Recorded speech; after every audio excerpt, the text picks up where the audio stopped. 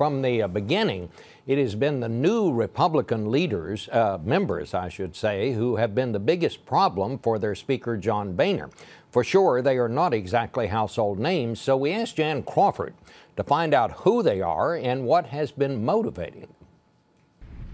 The methods congressional leaders once used to strong-arm members to vote the party line don't work with all the new freshman House Republicans. They aren't focused on compromise or even thinking about their own political future. They're here to cut spending. But I don't care enough about winning re-election, and I have to become something that I'm not in order to win.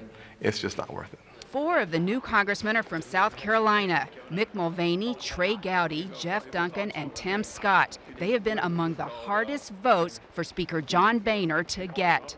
I think it's fair to say that each of us was offered something for our vote in the last couple of days over this. Now, as the debt ceiling debate heads to the brink, these holdouts hear what others in Washington are calling them. Neanderthals, intransigent, radical, revolutionaries. Revolutionaries too?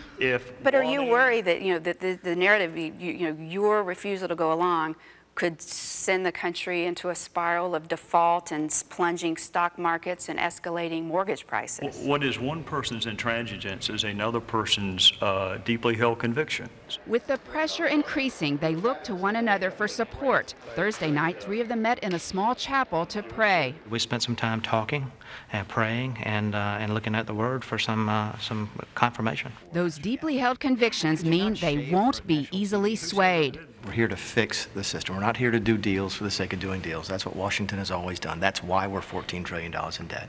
We're here to try and fix things. I've got 3 young boys, 16, 13, and 10, and I don't want them 10 years from now to say, Dad, when y'all were at the brink, what did you do? I don't want him to say, I don't want to have to answer them, I didn't do enough.